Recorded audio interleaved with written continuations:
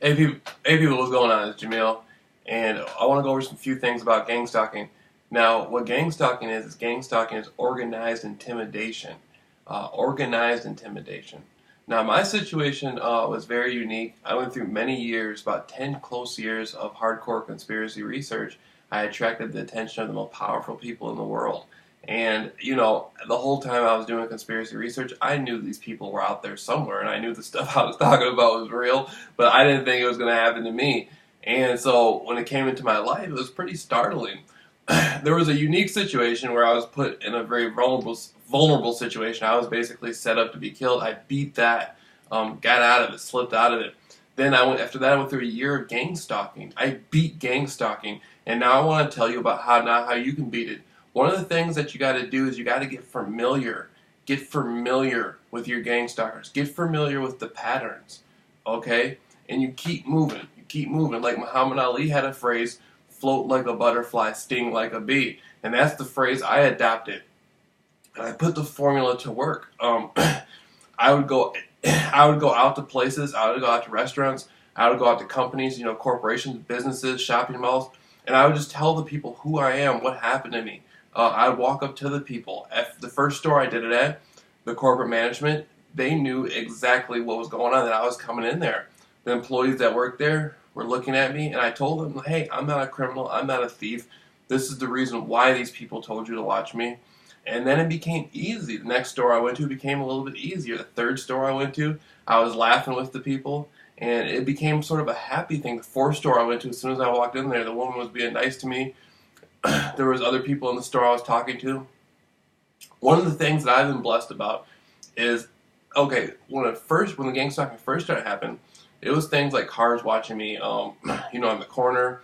I was afraid to come out of my mother's house. I thought that this was not gang stalking. I thought this was a personal vendetta between me and some of the people I had offended that were very high up in world affairs. But I realized eventually that I had to face this. So I go outside, nothing happens, I don't get killed. And I say, what's going on? That really bothered me. That really, really bothered me. Then it became obvious that this was something distinctly, to keep me agitated. It was very organized. And so I started interacting. Now it's mostly, one of the tactics they use, they get some of the most beautiful females, to come into my area, to come around me, to drive by me. And the tactic is for me to be like, oh man, I want her. And then the girl will somehow reject me. Or sometimes the girl will look at me. I've had amazing challenges with this, because what guy in his right mind doesn't want to talk to a beautiful woman? And so I had an instance where I was walking, and there was two girls, and they were just standing there, and the mother was inside the van. Now the mother was contracted to organize this. The mother's in the van, and the mother's not bad looking either. And the two girls are facing me with their back towards me, and they're very attractive. You know what I mean? Like, they're at, you know what I mean? So I'm just like, I came up with a phrase for myself. I will not allow the gang stalking entities to keep me disconnected from this entity, And so I walk up to the two girls, and I start talking to them. And immediately, I talk to them, I look them in their eye, I kiss them on their hand, and now these girls are both laughing. I'm telling them, like, how beautiful they are and stuff, yada, yada, yada. And this is right outside a shopping mall in where I live at, Norton Shores, Michigan, and it's called the Lakes Mall. But what I realized is I altered the circumstance. Okay? And the two girls seemed to really enjoy what was going on, and even the mother was laughing, and I'm laughing. I'm like, yeah, I see. I'm like, is that your mother? And the girl's like, yeah. I'm like, I see where you got it from. I altered the circumstance. Now I wasn't able to go home with them, you know what I mean, or I wasn't able to do anything like that, but I was able to alter the circumstance, and that's what I realized. That's how you beat gang stalking, is you learn to alter the circumstance. Even the most toughest people, I've had guys off the street who I could tell lived on the street their whole life, gangbangers, whatever. I don't let that stop me. I know how to deal with people from every background. I talk to the people. I let them know who I was, why I was there. I didn't ask them who paid you money, who did this, who did that. I don't like to do that. That's nothing. I think to myself, our communication is going to be stronger than any other communication you have. Make them know that your circumstance and what you have to offer is 10 times stronger than whatever they got from whoever they got it from. You see what I'm saying? And so that's how you do it. You keep the ball rolling, no matter what, no matter what, and you keep going from there. You know, you keep going from there, and every day has to be better than the next. And so now when I go out to places and I go to corporations and I go to different companies and stuff, I just tell the people automatically I'm famous. Google me. You know, they know that they're supposed to be watching me and all that. So of course I'm famous. You know, and I just use the gang stalking thing 110% no matter what to make my life better.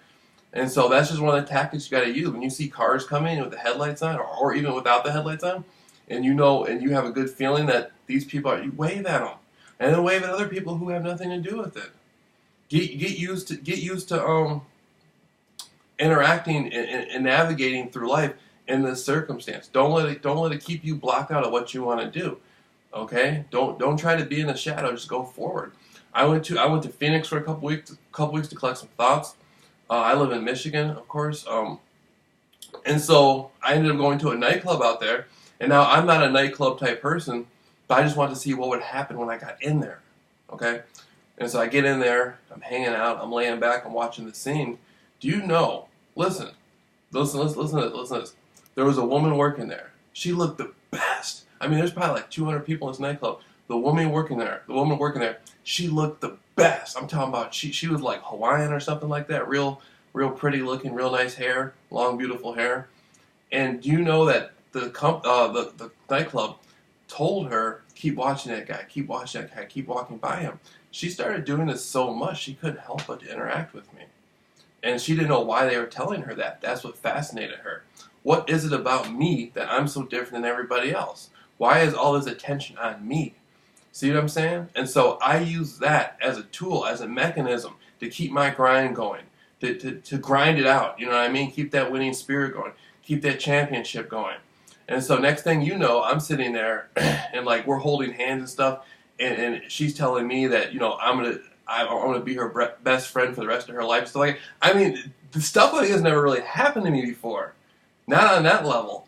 And people know there's something different about you. They can see it. They know when you walk in the room, there's something different about this person. They don't have to know about the gang stalking stuff. They just know there's something different. You know, I mean, I went up against the most powerful, toughest people in the world. You know, I have to keep that grind going 110%. And when you're out there in the world, keep yourself surrounded by winners. You don't want to be around weak people. People with drug habits, people with a lot of alcohol problems, people with different sorts of hang-ups, people who aren't sure about themselves. If somebody is with me, that means they're 110% sure of themselves no matter what. I can't, unless there's somebody who I'm helping to become 110% sure of themselves.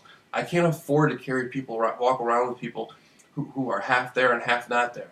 I have to have the whole ball, you know. And so the gang stalking thing really taught me that. And like I said, I interact with the gang stalking people, even the ones who do it, and I can tell that they feel they don't like me. I'm stronger than that. That doesn't bother me. That doesn't bother me one bit. And so, if this is happening to you, you gotta find a way just to keep it rolling, you know. And one of the things that people get worried about is hey, if I go to a restaurant, are they going to drug my food? Now, this has happened to me several times. I don't worry about it. You know, I go in there, I tell the restaurant owners who I am, what's happened to me, everything. Sometimes they still drug my food, sometimes they don't, you know. But if they do drug my food, I get through it, no matter what. One of the times it happened, I ended up going to the hospital I wanted to check and see if I could find what the drug was. Now, the test they did, they came back and it was all negative. They could not, they said there's so many drugs out there, we don't know what all to test for. And I said to myself, you know, I'm not going to let this get me down. I left the hospital. I was in a place downtown Muskegon, not that far from where I live. And I started walking towards some family and friend's house. And I pulled out my jump rope, started hitting the jump rope. And now I'm in the hood, right? I'm out there hitting the jump rope, talking to people. A lot of people know who I am. I'm still having a good time. I'm not going to let this get me down. I'm passing out flyers, and the people who arranged that were still riding by in their cars, and they could tell I was still 110% more driven than them, 110% more confident than them. I felt 110% more safer than them. You know? See, that's what I'm talking about. You got to be phenomenal. Gang stalking is an average thing. You got to be phenomenal. You got to be willing to get up and go get it no matter what, 110%. And I don't let anything distract me. The way my life was before today, I don't worry about that. I don't worry about what happened last week or last month or what got me into this circumstance. I just keep going every day, and every day, you know, I'm connecting with new people. I'm building new relationships. You know, the circle of people you have around you is really important. I can't stress that enough. One of the biggest things is this: if I can do it, you can do it. I live at my mother's house. You see what I'm saying? With no car. I had to start off walking everywhere, being followed for 2-3 hours while I walked on foot. Sometimes I'd walk 10 hours. People were following me. People were doing stuff. They tried everything in the book to agitate me. I told myself, this is not who I am. The person I'm becoming is going to be who I am. This is just an outward manifestation. Kept the ball rolling. Became the only person in the world to ever beat gang stalking. Now what I want to do is say, I'm not the only person in the world. I was just the first person. I want to be able to find people who need that inspiration, who are in a situation where you go to a hotel, what if they don't give you your cleaning supplies to clean your room? You know, when there's 10 or 15 people, and now I went through intense. They use everything. They would have all kinds of people coming and going. I mean, it came to a point where, you know, sometimes I go out, it'll be like 100 people easily in the area that are there just on the orders of the gang stalking stuff. And that's when I'm in my glory. That's when I'm just getting into the zone. That's when I'm getting warmed up. That's when I say that this is going to make me better no matter what. No matter what, I'm going to be able to use this. And that's what I do. I perfect it. Every day I just beat on that craft and perfect it and make it better. And if you don't even know what it's like to be gang stalked, or if you're somebody who may want to do gang stalking or something like that, you want to become better at it, contact me. This can happen. Gang stalking can happen to anybody. It can happen to the President of the United States of America. It actually happened to the former head of the Los Angeles FBI at one point, Ted Gunderson. He was gang stalked. Anybody can be gang stalked. This is a skill. Being able to just beat gang stalking is a skill that you have to have. You have to have that skill. You have to let people know that no matter what, you're going to be able to get through something. And, you know, you don't want to get into that circumstance and then have to do it. You're going to want to have some pointers. You can come to where I'm at. I'm in Norton Shores, Michigan, United States of America. I'll walk you through, show you how to deal with cars on the corner, how to deal with the circumstances, going to stores, just the overall mentality.